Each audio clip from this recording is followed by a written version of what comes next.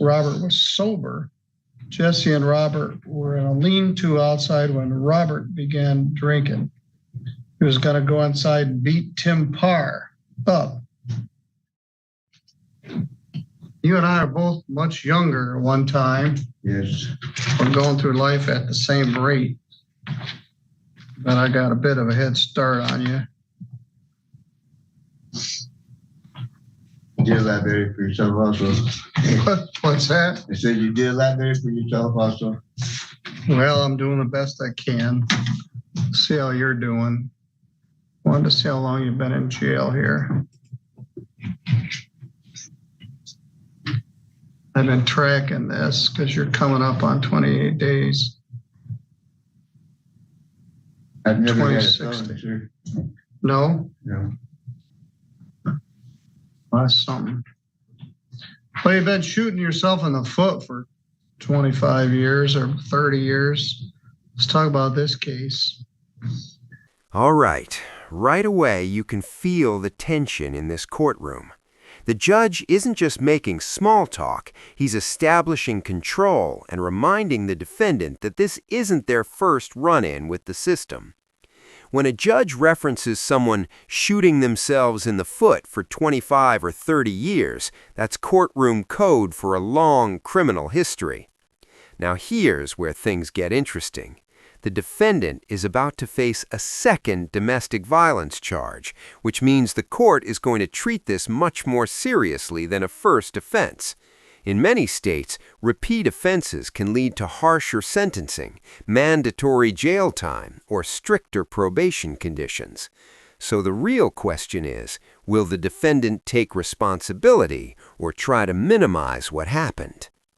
You're charged with domestic violence, second offense. Allegations you assaulted someone named Charles Joseph Snyder.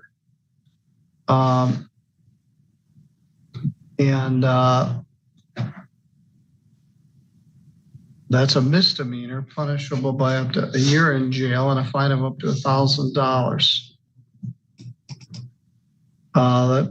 This says you're just going to enter a plea to that charge? Yes, sir. Yeah, and he's asking for a no contest plea because he has a hazy memory of the incident. All right.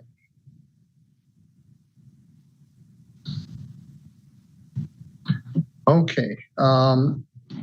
By pleading no contest, you don't admit what happened, but you also don't deny what happened. Did you would allow or accept that a conviction would enter? Do you understand? Yes.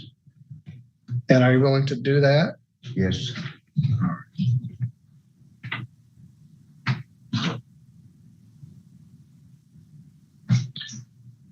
Ms. Stoll, do you know if we have any victim input from the complainant here?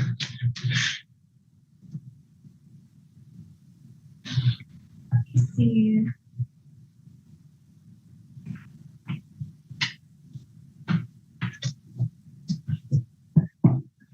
Mr. Argo, do you understand that if you do plead to this charge, you'll be giving up your right to have a trial in front of a judge or jury? There will not be a trial. Do you understand that? Yes. If you had a trial, you'd have the right to be represented by a lawyer. Mr. Gibson is here with you. You could also hire a lawyer of your own choosing if you wished.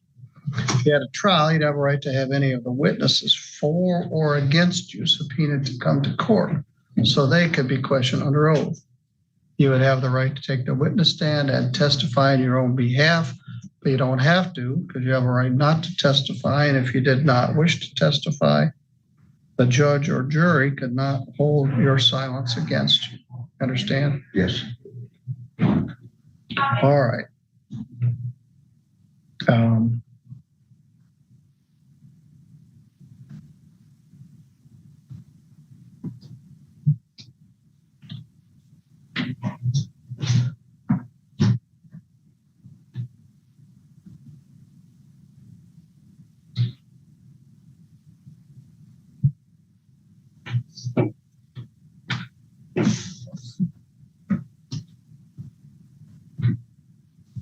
All right, this happened allegedly on December 6th.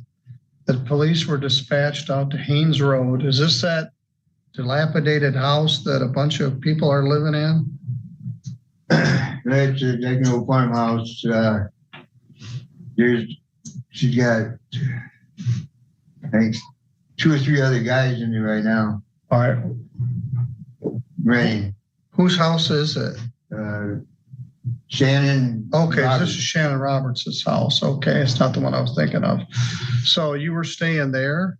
Yes, I've stayed there a few years now.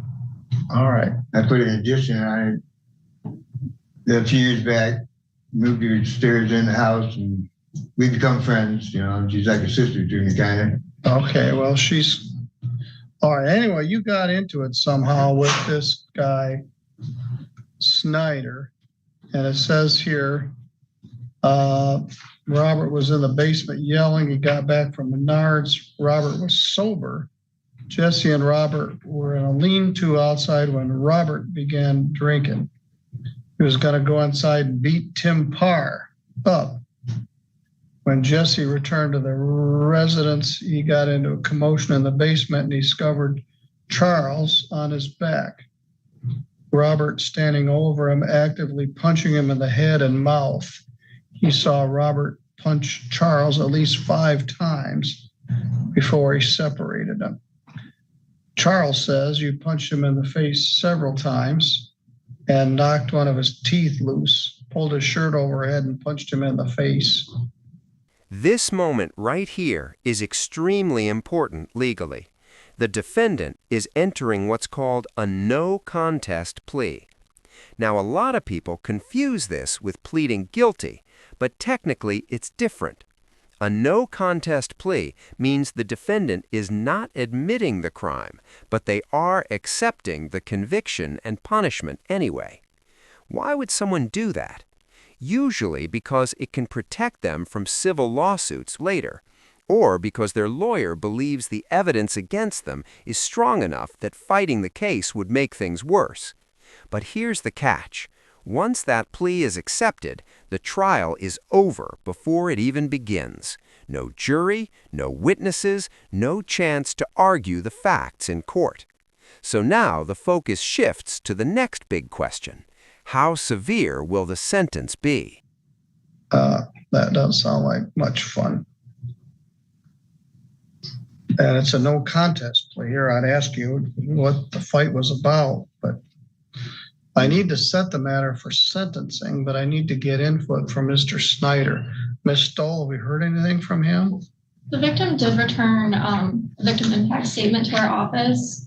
I'm not sure if he'd like to be here for sentencing, but he indicated that he's lost sleep over the incident. All right, that's the kind of case I need to set for victim input, so thank you for that.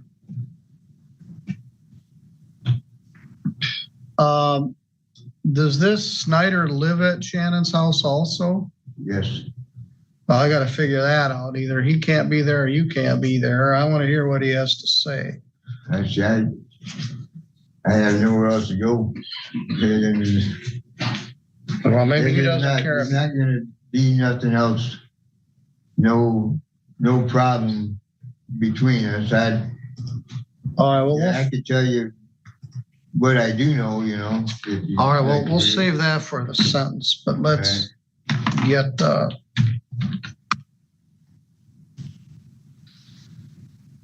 today is January 2nd.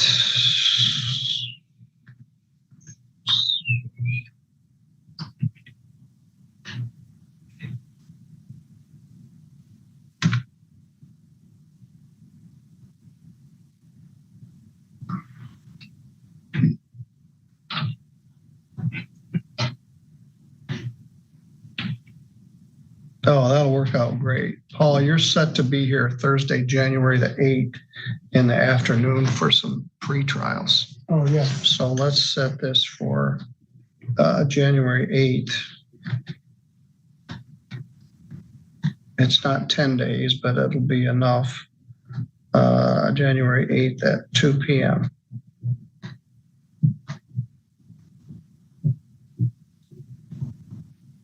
Bond is canceled. But not able to post it anyway. You are a handsome young man, Mr. Argo. Mine's a pretty nice guy. Yeah. My life's had a rough path. We need victim input and police report. I don't know if he had to get his teeth fixed. Yeah, they only have the prettiest teeth anyway. Who else? Does Tim Parr live in there too? Yeah, he just started, but Shan says that she booted him the same day or the next day that this happened. That was the main thing right there, what happened. Oh, well, I'll hear more about the sentence. All right. Pled to domestic violence. Second, set for sentence January the 8th, 26 at 2 p.m. All right, Mr. Argo, you're good to go. I'll see you next Thursday. Is that it? No, we got more. Yeah. Oh, we got more in custody? There's 3. Oh, gee. Who else? Fletcher and Owens.